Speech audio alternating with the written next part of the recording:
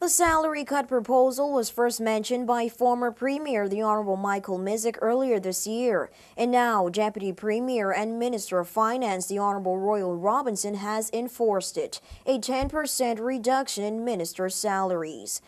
And this time, when we're looking to save as much money within the government services as possible, we felt that amongst ourselves, the new ministers, that it was time to honor that arrangement and make a salary cut for all ministers as well as ministers' advisors. Honorable Robinson said that the markdown is expected to pull hundreds of thousands of dollars back into the Turks and Caicos government per month. He further noted that with the current economic climate, they are enforcing and reviewing a number of measures that will formulate revenue. The reality of the situation is this.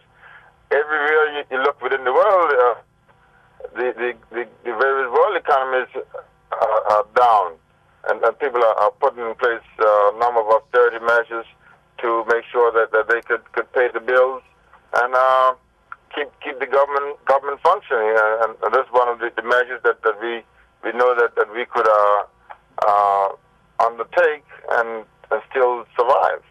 News 4 has learned that the yearly base salary for the Premier is $150,000 and the Deputy Premier's salary sits at $125,000. The yearly base salary of the remaining ministers is $115,000, which excludes $600,000 worth of allowances that's divided among all 7 ministers. The Premier, however, receives additional allowances such as a monthly housing allowance of $10,000. Unconfirmed reports say that over the past 6 years, minister salaries have more than doubled.